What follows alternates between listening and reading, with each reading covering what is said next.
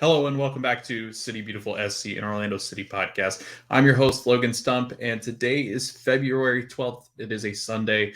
We are just a couple of weeks, well, under a couple of weeks now to the opening of the season where Orlando City will kick off against the New England New York Red Bull. New England Revolution is the preseason game coming up on the 18th, which is this Saturday, which is also the kit reveal. So if you're in the area and you want to head over to Exploria, I think it's from like 10 a.m. to 4 p.m. or something similar to that. It might be a little later.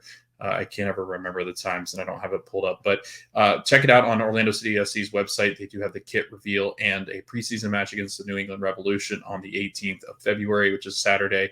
And then the 25th is Red Bull, 7:30 Eastern time kickoff. I will be there in attendance for the opening night of Orlando City against the Red Bulls, a really good team in the East, probably one of the top 4 teams in the East. So looking forward to the new boys getting into some of these matches against the Red Bull. Just want to kind of recap some of the stuff that's been going on in the preseason. Yesterday, Orlando City tied 2-2 with the Colorado Rapids in their preseason match. We've had really good performances from Gaston Gonzalez, who scored yesterday, who's looked phenomenal. It's his first season with Orlando City, second season as far as the signing is concerned. He came over this year to play, was injured last year, all of last year with the knee injury. This will be his first season with the club, and he's looked phenomenal. Midfielder, a depth piece, I think, right now, as you kind of look at the depth in the squad rotation, but definitely a good piece going forward. Could break the starting 11 eventually as time goes on and just kind of fills into those different positions that need a rest or anything like that. A lot of games coming up with Leagues Cup, U.S. Open Cup, defending that title, also Champions League. So looking forward to Orlando City getting started on that. And Dugradan has played extremely well, now has 2 goals. Martino Hayda, I think, had another goal. So it's just a lot of good stuff from Orlando City on those front pieces. Ercan Kara has played pretty well, has a goal in the preseason. Duncan McGuire has scored again as well. So really, really fascinated with all these pieces that are coming together for Orlando City. You've got all the back line ready to go, healthy. So that's exciting for Orlando City fans just because the inconsistencies and hurt players last year and all the injuries really did kind of derail the season, which is why we kind of finished 7th, where our defense was just not as good. We actually lost 8 games at home, winning just 9. It was actually the most home losses in the Eastern Conference. So a difficult season in Orlando, and that's where we start things off next week. Not next week. Well, yeah, next week preseason is here, but the following week, 25th, against Red Bulls, who are a really good team. So excited to kind of see where we are in that, measuring that bar there against the Red Bulls. But really excited how the season's been going. Preseason's been going so far. Excited about the kit reveal next Saturday. Hopefully we'll go live next Sunday to kind of discuss what the kit looks like and how all that works. And then I will also be recording that Sunday, not live, but I will be recording our season preview, looking at the Eastern Conference and looking at how Orlando City stacks up, talking about some of these other teams and just kind of going through an overview of all these teams that have are in the East and some teams that the Lions can be looking out for the season. But today what I wanted to do is I'm actually going to drop in a season preview that I did with my friend Jordan Wiegand and co-host over at Stateside Soccer Show. So if you want some MLS news, MLS coverage, where we cover the whole league, not just Orlando City, check out my other podcast where I co-host that podcast with Jordan Wiegand, again, the Stateside Soccer Show. If you look us up on Twitter, we also retweet and follow them quite a bit. So, or us, not them. But yeah, if you want to check out our MLS podcast, definitely do that. This is the sister show, City Beautiful SC. So check out the MLS specific podcast. Check out this one if you like Orlando City. But today, again, we're going to be talking with Jordan, and we're going to be going through Orlando City, the things that they've added, doing their season preview on things that we're excited for, where we think, you know, a good season might fit for Orlando City, what we're looking for from some of these new additions, some things that we're going to be missing with the departures, and talking a little bit more in depth than we have before about some of these acquisitions, and then getting some of his thoughts as a fan of the Philadelphia Union, but also just covering MLS in an unbiased way.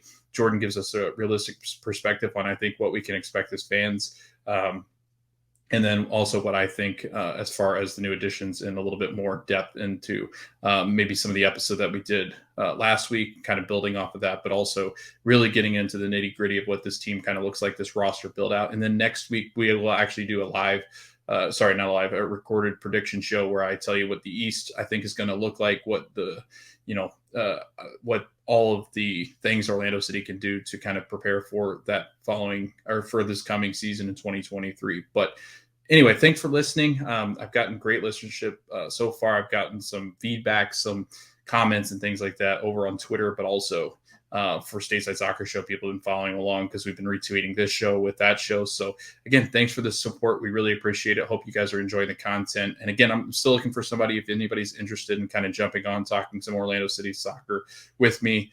I'm happy to have a co-host. I'd love to kind of test out the waters with you and see if we can get somebody else on this podcast so it's not just me rambling on and on. So again, thanks for listening. I hope you guys enjoy this episode where Jordan Wiegand and I talk about Orlando City and what we expect from them this season. And I will see you guys after the interview, or I guess conversation with Jordan. Let's take a look at Orlando, I guess, here. Head coach Oscar Pereira. Last season, Logan, I'm not sure where we put a successful season for them. Maybe home playoff spot? Yeah, is that what it was? Playoffs, That's what I thought. They did not reach that. They got 7th in the East. They couldn't win at home. barely made the playoffs. They 2 points ahead of Columbus Crew. Columbus Crew, who were so bad they fired Caleb Porter. Well, because they lost 2 seasons in a row, right?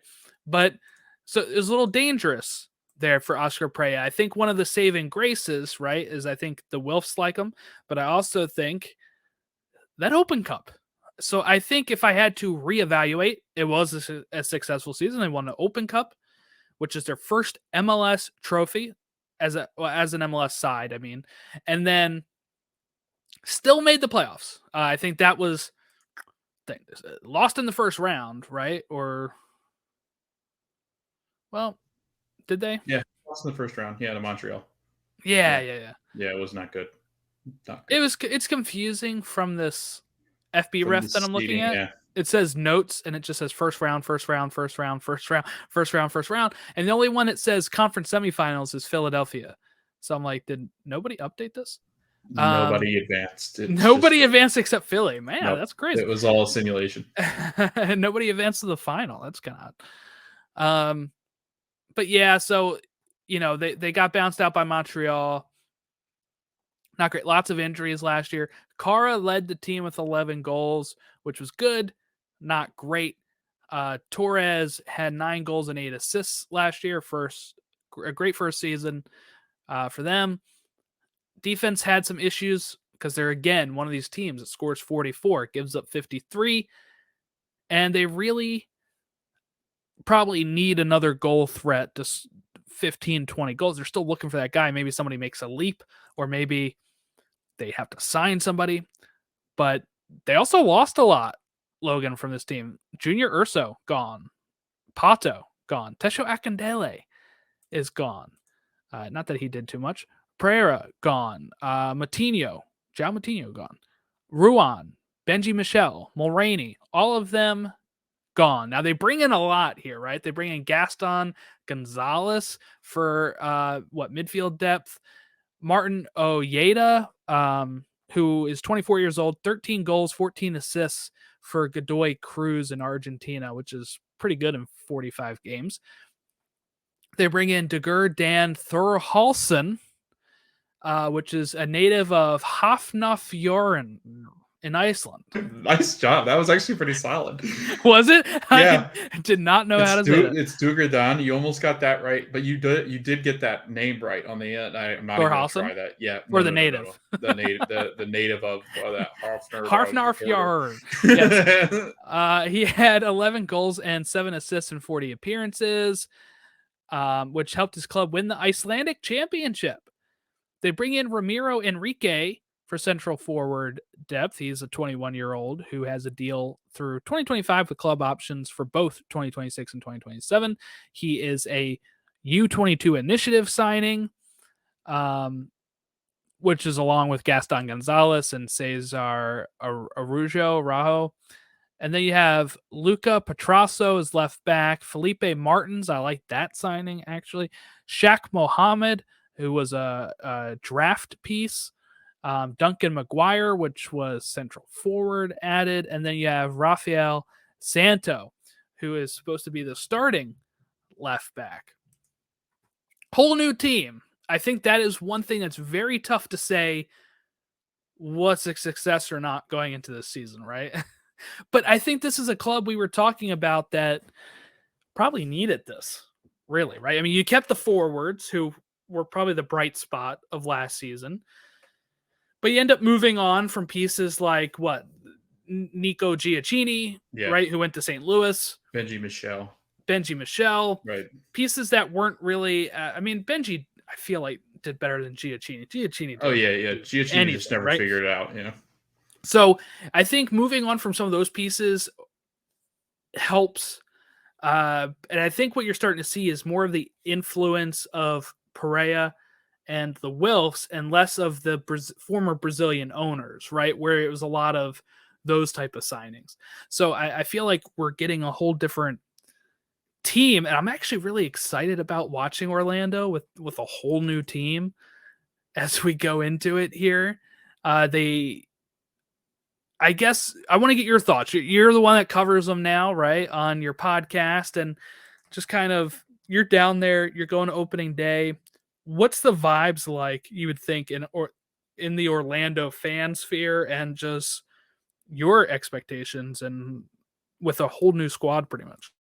I would say the expectations and the buzz is just massive, bigger than I've ever seen for Orlando City. And that's saying a lot because we've had Nani, we bring in Pato. There's been that Brazilian infusion into the squad in recent years, but now it's a completely different team. I would say the biggest loss is obviously going to be Junior Urso. He was the heartbeat of this team.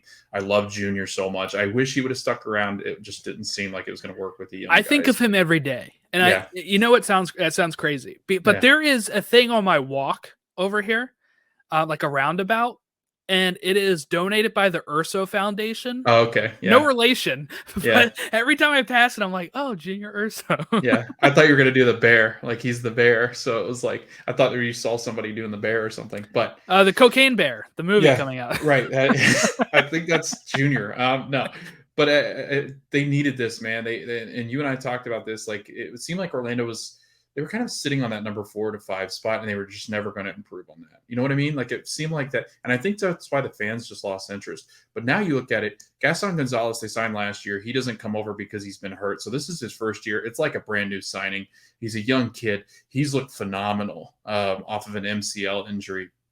Probably one of the best in this offseason, along with Martin Ojeda, who's been one of the best players in preseason across the MLS. And they've been writing about it, how much of a threat he's been, how ready he is for this league, which is shocking because it's really hard.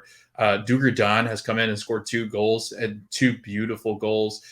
You look at Ramiro Enrique, who can score from his previous experiences in the Uruguay leagues. I think it seems like this team just came in and the Wolves spent like $7 million, and that's really not a lot compared to all the stuff that they brought in and got out. So Shaq Mohammed is supposed to be a really good depth piece in center mid. They actually think he's one of the only draft picks, along with Duncan, who can come in. They got 2 great drafts pieces that are going to be first team players eventually, I think. So Duncan McGuire scored a couple goals here in preseason too against the Loons, like against guys that are defenders in this league that are pretty decent.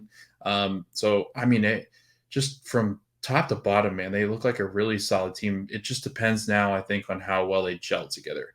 If they come in and gel together, this team, you're looking at what should be a 4 and above, I think, just because of all the pieces that they've added. I would say, depending on how long it takes, though, you could see them kind of sitting at 6th to 5th spot for quite some time, just because these pieces tend to struggle getting together. And then you kind of worry about the consistency with their John Cara. Facundo Torres is a star in this league. But again, if I had to set a bar for this season, Jordan, looking forward to 2023, how quickly can this team gel together? That's the question, right? So I think for me, a successful season would be, did you just say 4th? is what the aim is. I would say 4th, yeah, with Okay. the turnover. Yeah. I'm going to go a little lower. Yeah. I'm going to say, even if it's 7 teams, I'm thinking 5th, 6th. An improvement from last year. And the reason I'm leaving that wiggle room, well, I do think this squad has a lot of potential, and I believe in Perea, but it is the issue of them adjusting to MLS, right? All of these players adjusting to Major League Soccer is something that can take a while, like you said. So I think Perea can get them on board. I think he can get all that going, but it's the good thing is, like, the 2 strikers are Kara and who am I blanking on right now? Kara and Enrique. Are you talking about the backup striker? Or are you talking about the winger, Facundo? Yeah, Facundo. Sorry, Yeah. Torres. Yep. Okay.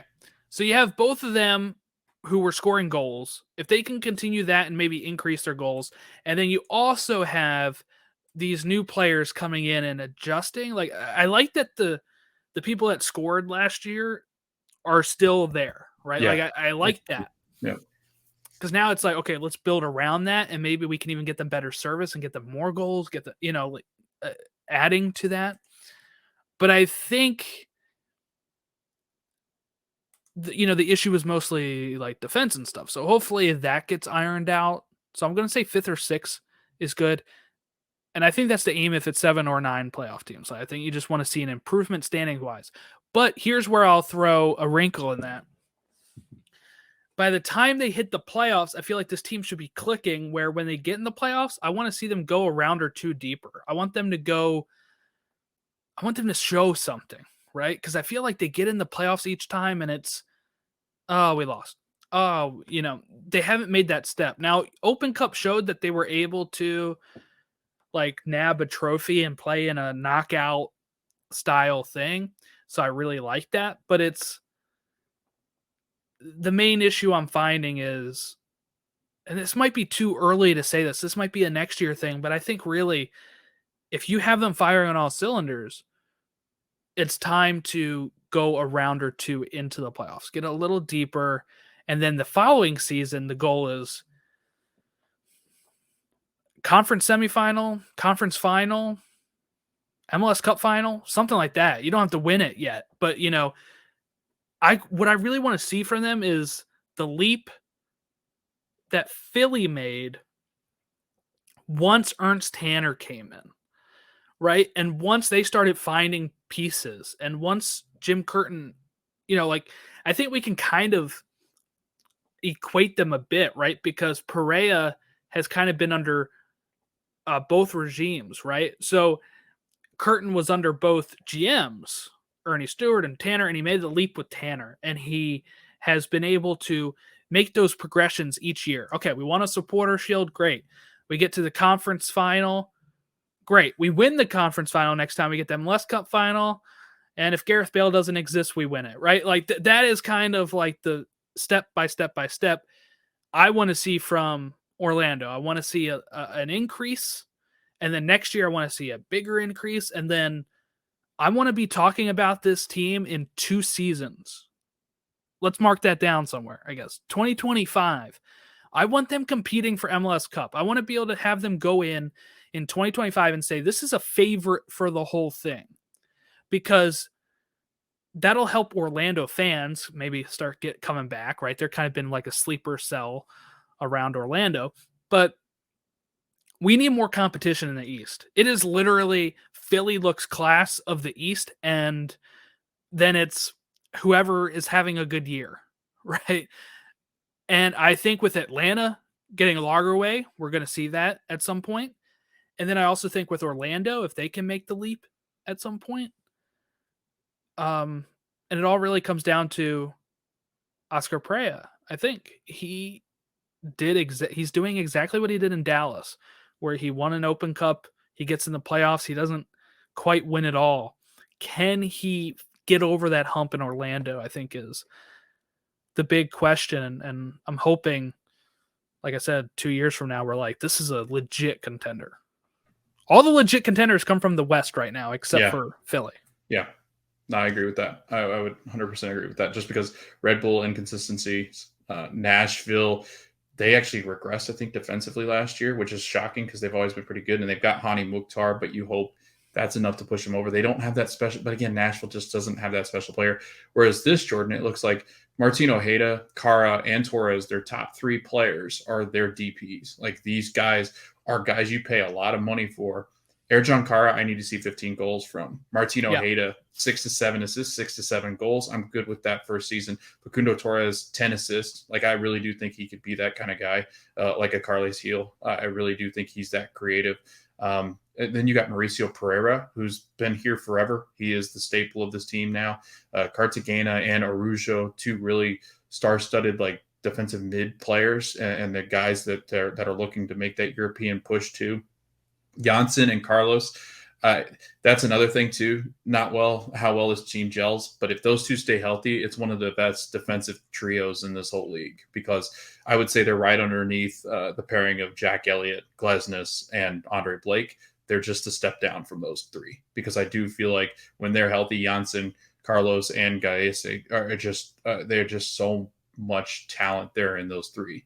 That I think if those three stay healthy, and then you add in Kyle Smith and Santos on the side with a Petrasso as a backup, Holiday, and then you got Schlegel, who's a great number 3 option. So it's like, this team's really exciting. Felipe Martins is added in. That's beautiful veteran presence. Like I'm really excited about this team. This is probably the most excited I've ever been about Orlando City, just because of how many new guys there are. And like you said, though, if they ramp up and they're gelling by May, you're looking at a top 4 team, I think. If they're not quite there in the summer, start to summer, I think, yeah, it's realistic. You could see a 5 or 6 because I think that, we've seen some of these get off to a rocky start. So I don't know. There's hope in Orlando. And like you said, Jordan, I think in 2 years, that 100% you need to set that benchmark of 2 years. You need to be in conference finals against the Union or, in MLS Cup playing against LAFC or Portland or whoever it's going to be on that side. So it's like, I think you need that in the East, and you just don't have it. But I think Orlando could get there.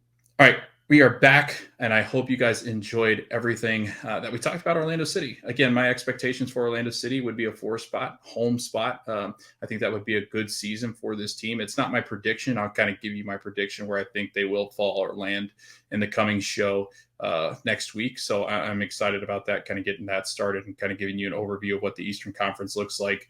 I don't think I'll do the predictions for them. I'll just kind of tell you where I think Orlando City sits as far as the Eastern Conference, because we're doing our own season prediction show for MLS, which I'll actually put into this feed as well. I think for Orlando City. So that way you guys get an overview of MLS and not just the Orlando City side of it. So I'm excited about that. Thank you for listening to this interview, if you did, or this episode, if you did, talking with Jordan about Orlando City. I really enjoyed covering MLS over the last couple of years, and I love doing that show with him. And yeah, so that's pretty much it for me today. Thanks for listening. We hope to see you guys again next week. We will talk about the kit reveal. We'll talk about where I think Orlando City will land in the Eastern Conference next year, preview what I think, give you some over and unders of some goal scorers and defenders and things like that. Talk about the keys to the season, talk about where things could go wrong. And we'll dive into all that in more depth next week as we talk about the 2023 season. But again, thanks for listening. Really appreciate the support so far, and go Lions.